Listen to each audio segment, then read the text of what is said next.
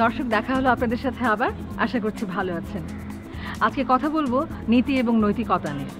আমাদের জীবনে অন্যায় আমরা কতটুকু সয়ে নিব বা অন্যায় আমরা কতটুকু করব, তারপরে আসুন গল্পটা তো আগে দেখি, তারপর আবার কথা হবে।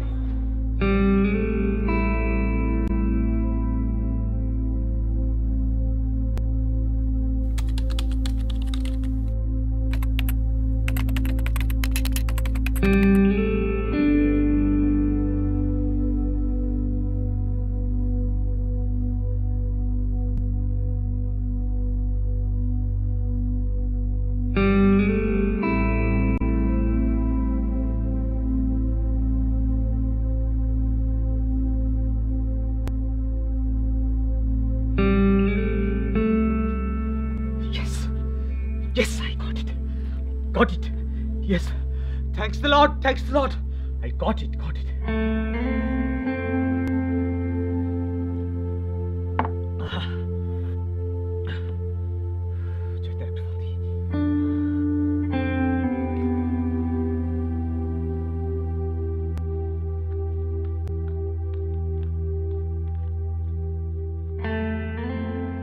হ্যালো।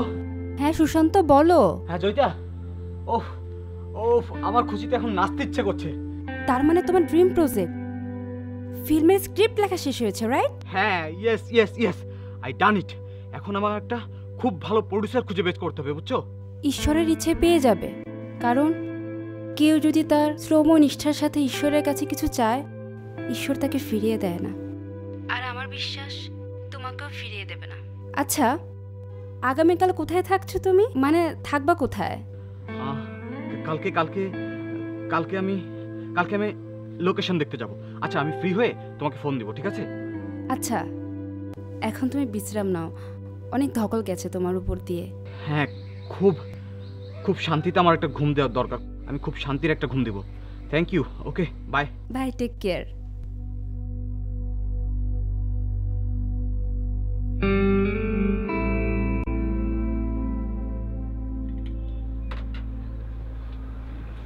স্যার এলো।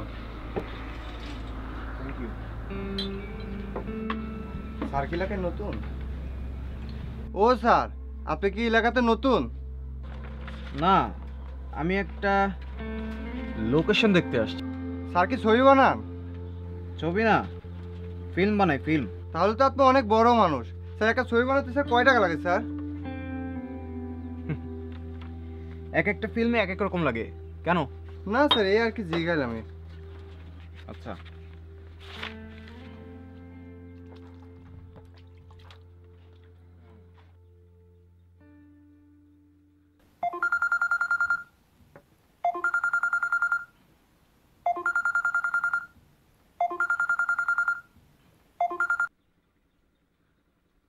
হ্যাঁ জয়িতা, বলো।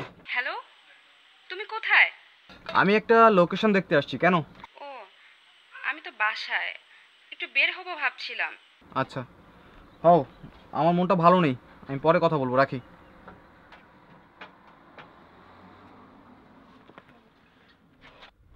কত হলো? স্যার 5 টাকা দিলে হবে স্যার। 5 টাকা না?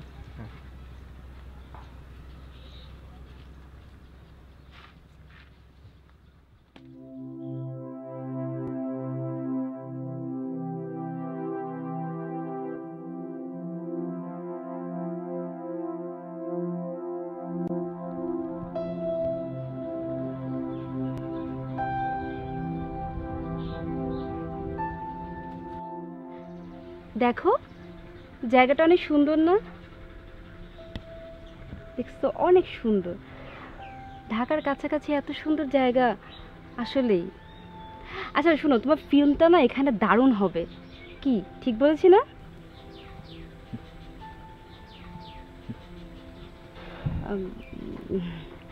সুশান্ত, তুমি ফোনে যেন কি বললা তোমার মন খারাপ?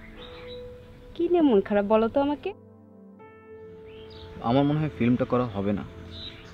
ওফো সুশান্ত, তুমি না খুব সহজে হতাশ হয়ে যাও। আমাকে কি হয়েছে সব খুলে বলো। আমাদের দেশে আমরা সবাই দেশ দেশ করে মুখে ফেনা তুলে ফেলি।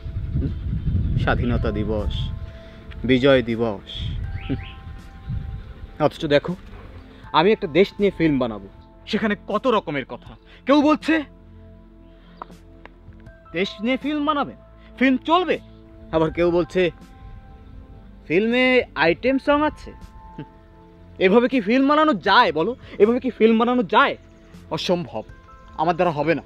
আচ্ছা, তুমি কিন্তু ইমোশনাল হয়ে যাচ্ছ। এগুলো নিয়ে একদম চিন্তাই করো না, মাথায় ঘামায় না এগুলো নিয়ে। আচ্ছা, একটা কথা শোনো, যারা ফিল্ম প্রডিউস করে তারা তো প্রথমে তাদের বিজনেসটাকেই প্রায়োরিটি দেবে, তাই না? তাই বলে দেশ নিয়ে আমরা কোনো ফিল্ম বানাবো না? বিদেশিরা ওদের দেশ নিয়ে কোনো ফিল্ম বানায় না? দেশের প্রতি আমাদের কোনো দায়বদ্ধতা নেই? ভবিষ্যৎ প্রজন্মকে আমরা কোনো রকমের কোনো ইতিহাস দিয়ে যাব না? কোনো ইতিহাস ওরা জানবে না?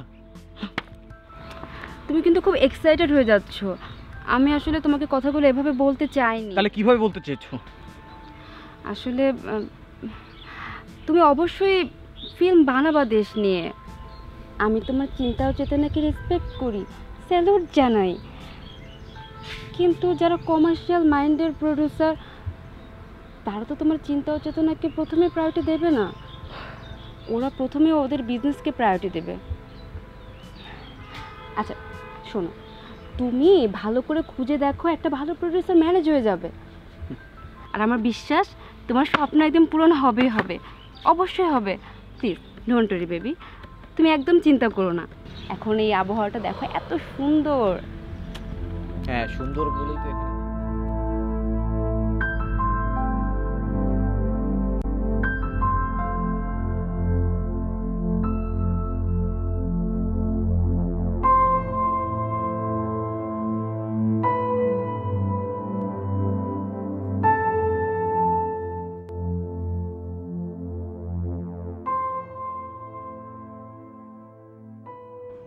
আজ বাড়ি ভাড়ার লাস্ট ডে, কিন্তু পকেটে তো একটিও টাকা নেই।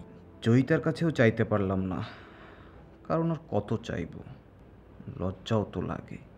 কি কাজ যে ধরলাম, এছাড়া তো কিছু বুঝিও না।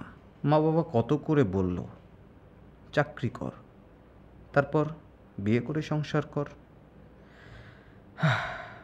কিন্তু তাদের বকা এক কান দিয়ে ঢোকে, এক কান দিয়ে বেরিয়ে যায়। দীর্ঘ 12 বছর ড্রিম নিয়ে চলছি, ফিল্ম বানাবো। মরার আগে একটি চিহ্ন রেখে যেতে চাই। চিহ্ন রাখার আগে আমি নিজেই শেষ না হয়ে যাই। আজকে আমি ভাড়া না নিয়ে যাব না। ও মাই গড, আমি দেখব আজকে কতক্ষণে সে আসে। দরকার পড়লে আমি আজকে তালা লাগিয়ে যাবো, তবু আমি আজকে যাবো না। সারা রাত অপেক্ষা করবো। যেখানে বাঘের ভয় সেখানেই রাত হয়। আমার সাথে চলছে কিছু করি না, চলেই যাই।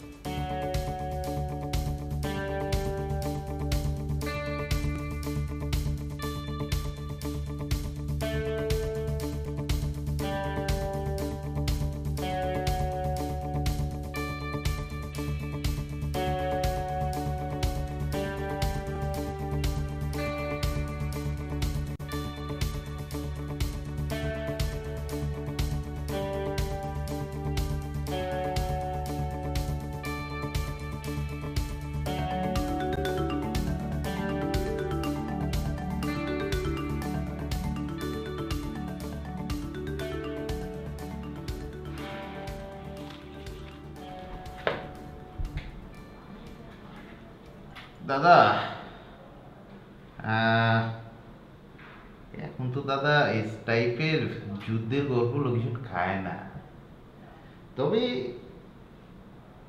আপনাকে দেখে আমার পছন্দ হয়েছে, বুঝলেন? আমি আপনার গল্পটা করব। Thank you. আচ্ছা, তো সব কিছু যদি ঠিকঠাক থাকে কবে নাগাদ শ্যুট করতে যাচ্ছেন? আমার তো ইচ্ছা আমি তাহলে সামনের সপ্তাহ থেকে শুরু করি। Next week? হ্যাঁ, নেক্সট উইক থেকে শুরু করি। নেক্সট উইক থেকে শুরু করতে পারবেন তো?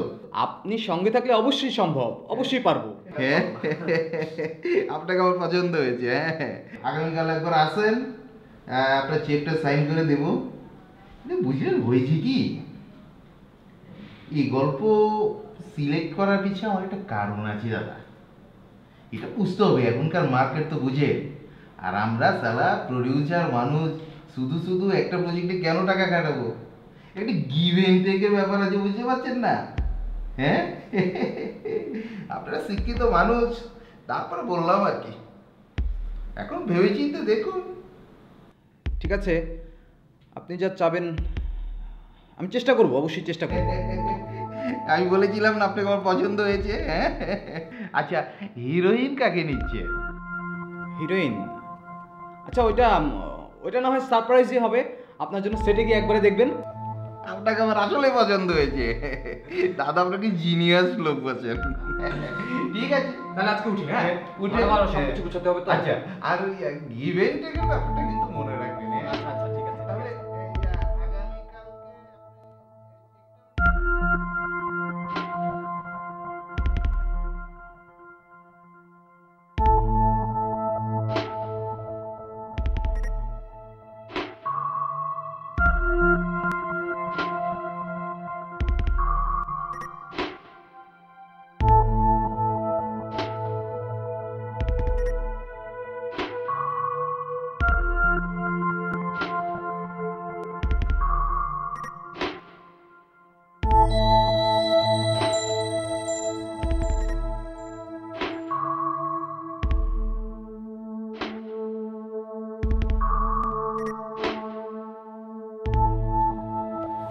उसका बीबी बहुत सुंदर है, दूधे आलता गायर रंग।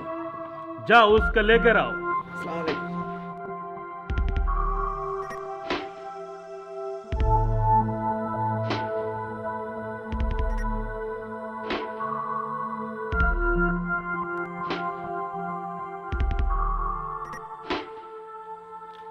सुना, तुम्हारा बीबी बहुत खूब सुंदर है। আমরা ক্যামেরা ট্রলি করে এই পর্যন্ত আসতেছি, ঠিক আছে? এখানে চার্জ করবো, ঠিক আছে? যাই তাহলে। ওকে, ক্যামেরা রে রেডি।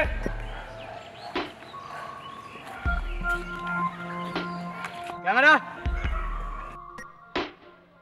3 2 1 0 অ্যাকশন।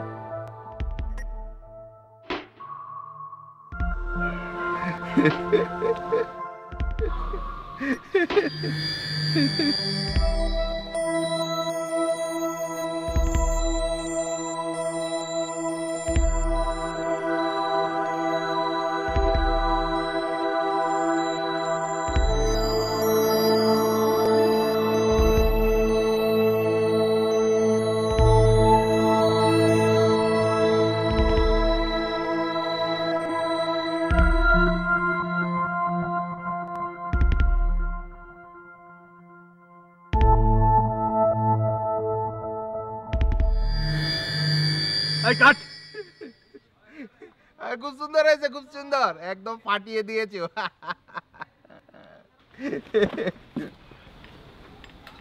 এই শুটিং ব্যাকআপ।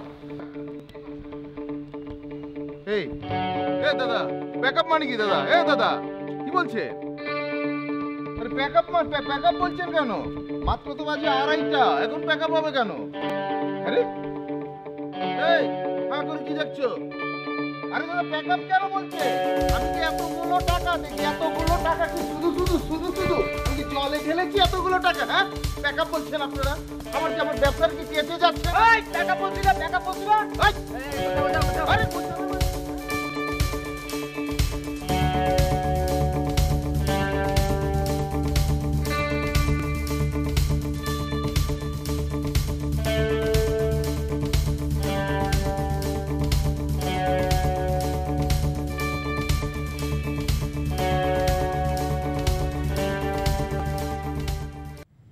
তুমি কি এসব বলার জন্য এখানে আসছো? আরে না, কতদিন হলো তোমার সাথে দেখা নাই, আর ফোন দিলেও তো পিক করো না, তাই ভাবলাম তোমার কি অবস্থা দেখে যাই।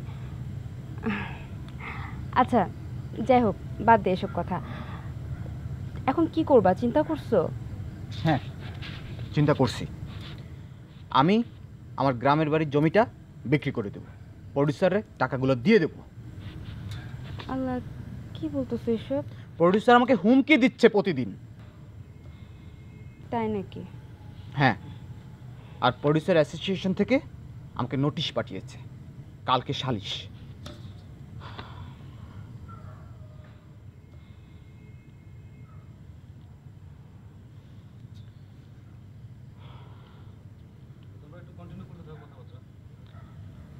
তুমি এখন বলো আমি এখন কি করতে পারি?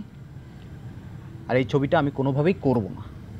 দেখো বুঝলাম, কিন্তু মুভিটা অনেক এখানে দরকার। এখানে কোনো কিন্তুর কোনো সুযোগ নেই। তুমি বুঝতে পারছো না কেন? আমার সাথে এই ছবিটা আমার সাথে যাচ্ছে না, আমি পারছি না, আমি কোনোভাবে নিতে পারছি না ছবিটা। তুমি চেষ্টা করলেই পারবা। আরে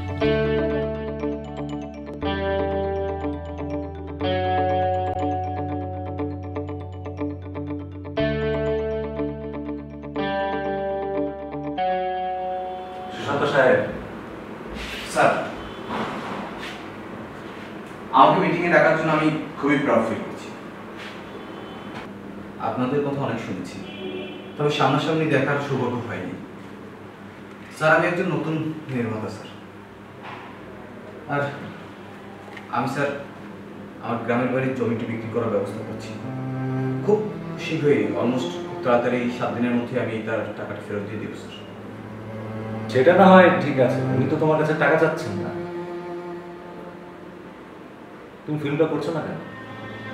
স্যার, আমি ফিল্মটি করতে পারবো না স্যার। স্যার, আমি যে পটভূমির উপর ফিল্মটি করছি, পরোক্ষভাবে এই পটভূমির যে কোনো একটি ক্যারেক্টার সেখানে আমাকে দেখতে পাচ্ছি স্যার। আর স্যার, সবচেয়ে বড় কথা স্যার, আমি আমার মা দেশকে অপমান করতে পারবো না sir. What do you mean? Sir, আমি একজন নব্য রাজাকার স্যার। আমরা আপনাকে কিছু দিচ্ছি, তো আপনারও তো আমাদের কিছু দেওয়া উচিত, তাই না? মানে হচ্ছে গিভ অ্যান্ড টেকের ব্যাপারটা বলছিলাম আর কি। আগামীকাল সন্ধ্যায় আমার একটা বাংলো বাড়ি আছে, পাঠিয়ে দিয়ে।